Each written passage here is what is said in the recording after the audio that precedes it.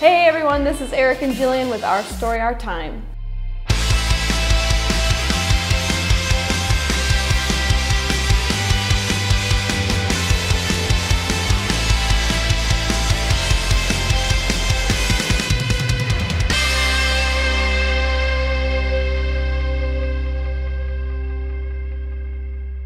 I'm here with Ben Gonzales. Ben, can you tell us a little bit about yourself and the work that you do here in Indianapolis? Sure. I work for Community Health Network at their North Hospital. I've been working in inpatient behavioral health with them on one of our dual diagnosis units. For those who don't know, dual diagnosis is essentially both substance use disorders and mental health disorders. And so what my day-to-day activities look like is I create a healthy environment for my patients. I help them find a new way of living and thinking and support their recovery so that when they discharge from our hospital, they can go out into the world and be successful in whatever way that looks like for them. So all over the news, across the country, we're hearing about this national opioid epidemic. I mean, what is this thing? And to start with, what's an opioid? Absolutely. So opioids, there are several different types of opioids. Of course, everybody knows about heroin, but opioids are also come in the form of painkillers. And you know, about 20 years ago, we saw the introduction of the 1 to 10 pain scale, and with that came that became our fifth vital sign, of course. And so physicians, nurses, everybody will go around and assess their patients and then ask their patient, how much pain are you feeling on a scale of 1 to 10? In most cases, if the pain was severe enough, they were going to medicate it with some form of an opioid. Now, that can either be a Norco, OxyContin, Percocet, but then over the years, the regulations for those medications have become more and more strict. And so their supply has kind of been cut off, and you've seen more and more people, both young and old, switching to drugs like heroin. And now we're at the point now where since the year 2011, overdoses in general have been killing more Americans than car crashes. In fact, I believe it's the #1 cause of death for people under the age of 50. And overdoses are also responsible for an overall drop in life expectancy in the United States, which is something that we haven't seen in over 50 years. Right. You'd think that as we move forward in time, you would see life expectancy creep up and up and up and up. As our technology gets better, we are actually seeing people dying at early ages because of the time lost from young people and old dying from overdoses.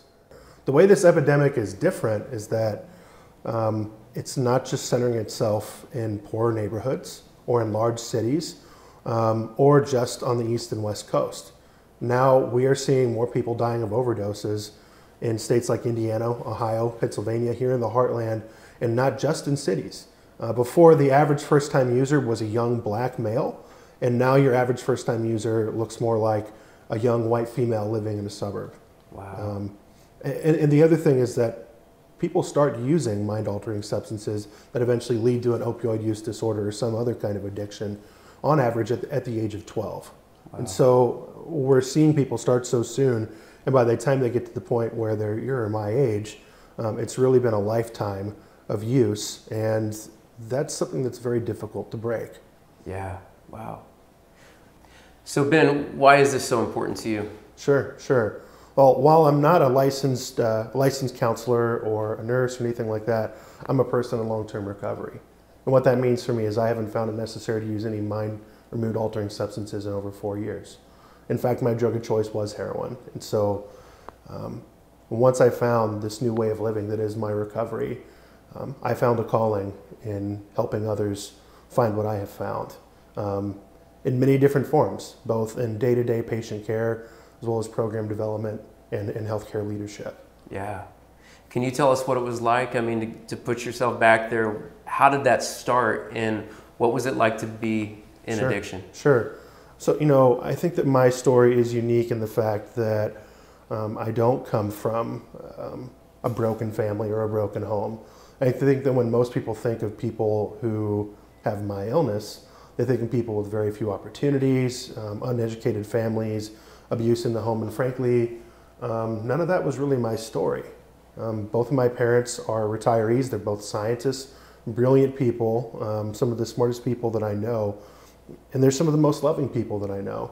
But for me, I always wanted to fit in. I always wanted to feel comfortable in my own skin.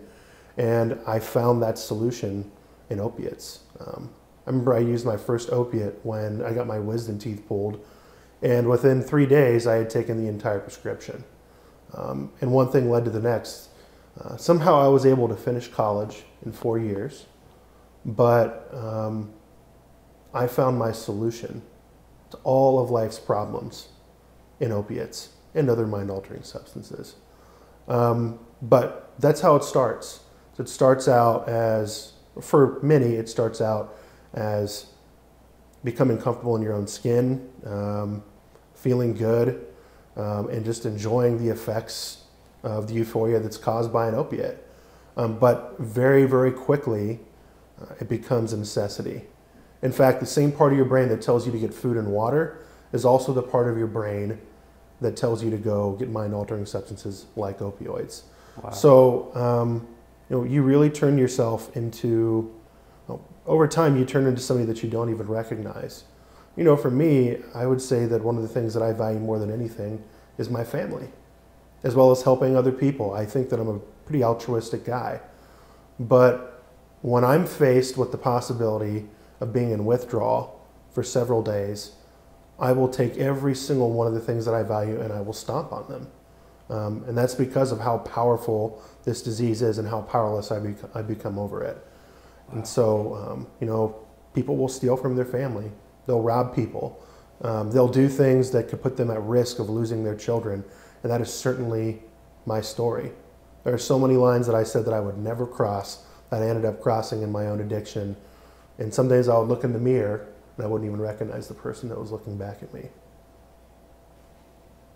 So how did you come out of this? That is such a rare story to hear someone who's been able to get out of it when they were that deep into it. How did that happen for you? Sure. One of the things that I always say to my patients is that the only thing you really need to start your recovery is humility. And that was certainly the case for me. The last time that I ever used was on August the 11th, 2014. And, I'm one of those kinds of people where I am too smart for my own good. Every single time that any kind of a caregiver or healthcare professional or one of my recovering peers would say something to try and help me, the times that I went to treatment before I finally got better, I always had some kind of smart answer. And most of the time, I would insult their intelligence. It was never because I thought that they were dumb or what they were saying wasn't true.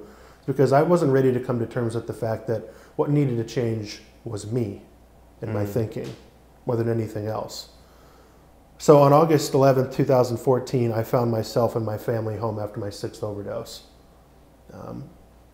I couldn't tell you why it took me having 6 overdoses before I was finally ready to humble myself, but that's the way this disease works. I think on average, opioid users have roughly 7 overdoses before they're finally ready to do this thing. And I think that just speaks to how much it takes to become humbled by this thing. But this overdose was different than all my others because my entire family was in the home. My own sister found me, and my father, who's already buried one of his children, was also there to see all that. And so it became very real for my family, but it also became real for me because I had no clue what was going to happen. I had done everything the way that I wanted to up until that point, and my best thinking was not working. And so I was taken to Community Hospital North, which is where I work now, and I was on their PCU for aspirational pneumonia, which is essentially where when somebody vomits, they suck it back into their lungs. So I had to be there for several days, and while I was being stabilized, a man by the name of Dr. Timothy Kelly came in. Dr. Kelly is one of the foremost addictionologists that I can think of, and just one of the most compassionate people I've ever met. Comes into the room and, in so many words, asks me, "Ben, what are you going to change? Because if you don't change something, you're going to be dead soon." And like I said, every single time somebody had said something like that to me in the past, whether it was a nurse, counselor, or one of my peers that was in treatment with me, I had some smart answer for them. But at that point, I answered him with what I would say is the smartest thing I've ever said in my entire life. I said, I don't know. Because I didn't know. Every single time up until that point, it hadn't worked for me. And overdose number 7 was not going to be lucky number 7 for me. And so when I said I don't know, that opened me up to so much possibility.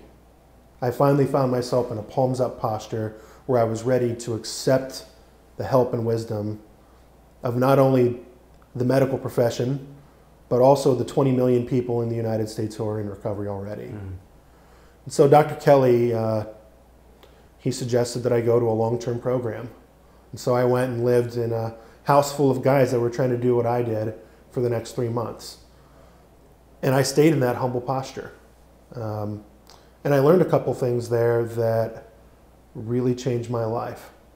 The first thing is that the people that make it out of an addiction, or in contrast, make it in any sort of a life change recovery program, are the people that take all the suggestions.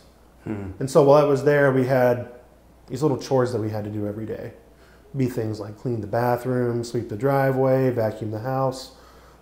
In the past, I can tell you the truth, I definitely would have argued and said, what does sweeping a house have to do with keeping a needle out of my arm? But at that point, I was just willing to take suggestions.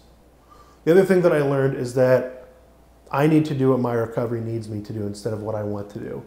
And that if I don't have my recovery, I don't have anything else.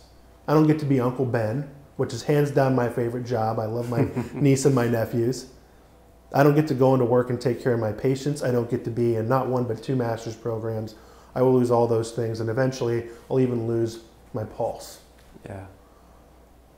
That's not something that I necessarily wanted to do, but I did it because my recovery needed me to do. And they kept on giving me suggestion after suggestion after suggestion. And I didn't really want to take most of them, but I did. 1, because that's what the people who were making it were doing. And 2, because I knew that I needed my recovery if I was going to be anything else.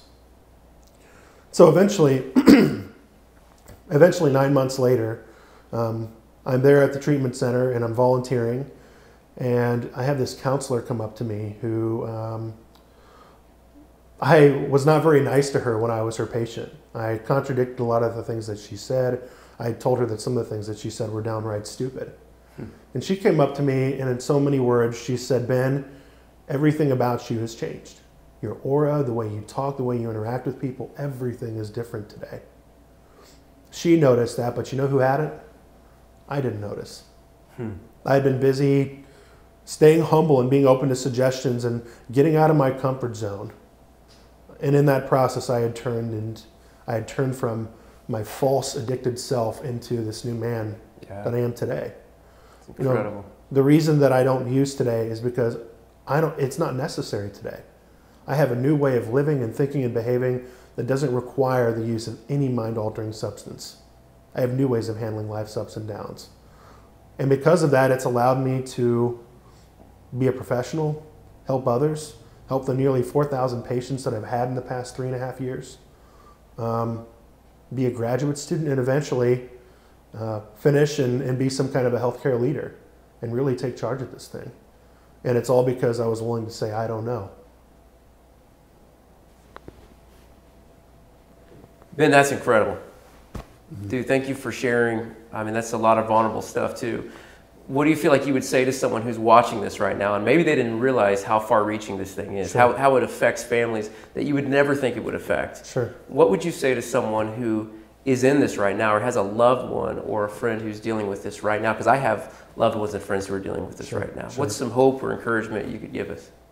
I would say that it's okay to not know.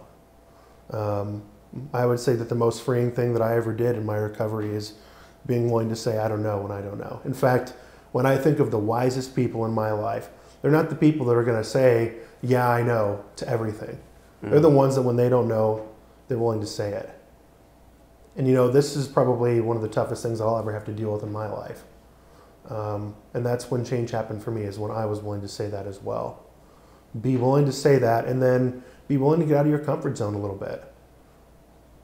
Any sort of life change that anyone wants to make, whether it's losing weight, becoming smarter and becoming educated, and of course, things like addictions recovery.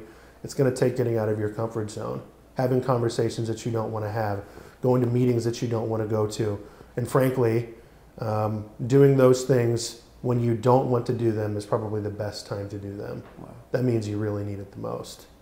But the other thing is to not think that you're a bad person because of this. This really truly is an illness. Like I said, most people start using at the age of 12. That's the average age of first use. We don't ask people at the age of 12 to make informed, enlightened decisions. So give yourself a break. Realize that in most cases, people have been stuck in this for a very, very long time. And just like we wouldn't be mad at somebody who has some sort of a heart disease, we wouldn't be mad at them if they had high blood pressure. We shouldn't be mad at somebody who's an addict or has a substance use disorder when they relapse. That's a part of the disease process. So is lying, stealing, and cheating. Now, I'm not saying to cut people a break. We need to hold people accountable, but realize that's a part of the disease process. So yeah, I think that does it. That's great. So Ben, thank you for sharing your journey, man. That's a long, hard road that you took. And who were some of the most influential people in your life that when you were in that stuck place just helped you get unstuck? Sure. First and foremost would be my family, especially my parents. They gave me a whole lot of grace when I probably didn't deserve it. They were there with me every single step of the way, just supporting me and frankly giving me anything that I needed for my recovery to be successful. Beyond that, there are a whole lot of very, very smart people with me every step of the way. Counselors, physicians, nurses, too many to name. That's awesome, man. Well, we're going to dedicate this song that we're releasing to you as you help so many others now start their process of recovery and getting unstuck, and also dedicate it to the people that helped you get unstuck. And I'd like to just dedicate this song to a few people who really helped me get unstuck in certain parts of my life as well. One would be Andy Dalton. Another one is Pastor Danny Barrett, who is a recovery leader up in Anderson. He's amazing, been a big part of my life the last 6 years. Nathan Clapp, just somebody who's helped me just stay on the path, trying to follow Christ and be the man I'm born to be. And also want a huge shout out to Jim and Debbie Peters and Levon Reep. And without those people, there's just so many times in my life where I just would not have been able to take the next step. And so we all need people like that in our lives, and I hope to be that kind of person to the friends that I have in my life. So with that, we're going to go ahead and roll the song that we're releasing this month. It's called Friend. Hope you like it. Ben, if people have questions about this, they're in this, or they have a family member dealing with this, and they want to know how to reach out to you and maybe ask you on a personal level, can we have some of your information for that to share? Absolutely. The best way to reach me is on either of my emails. Probably the best two for me are bgonzales@ecommunity.com or at bencgons@iu.edu. Feel free to reach out, and I'd be happy to help you in any way that I can. Awesome. Thanks so much, man. No problem.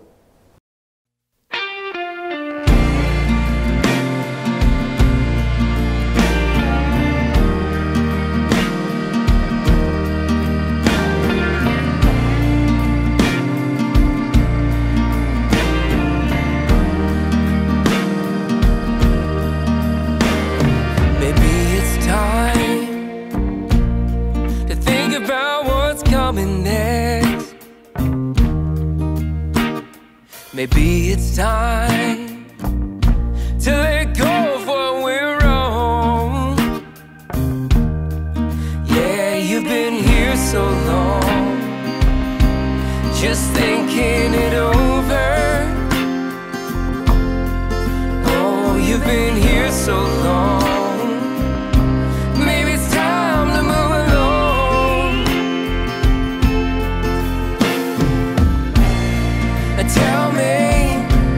Tell me where you wanna go from here. Oh, you have stayed, you've stayed here for a while.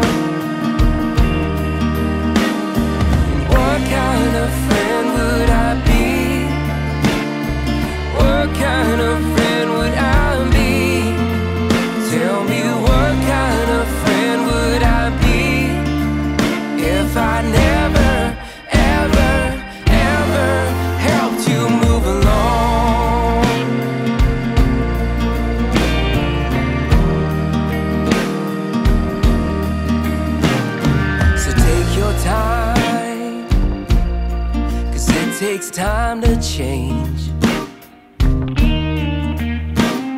And then one day you'll never be the same. Yeah, you've been here so long, just thinking it over. Oh, you've been here so long.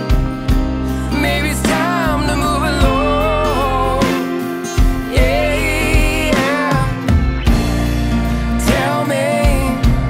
Tell me where you wanna go from here. Oh, you have stayed. You've stayed here for a while. What kind of friend would I be? What kind of friend would I be? Tell me, what kind of friend would I be if I never, ever, ever helped you move along?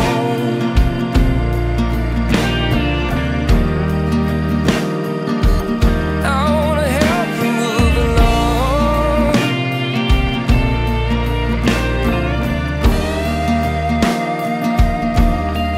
Oh, you've been here so long, thinking it over. You've been here so long, maybe it's time to move along. Oh, you've been here so long, just thinking it over.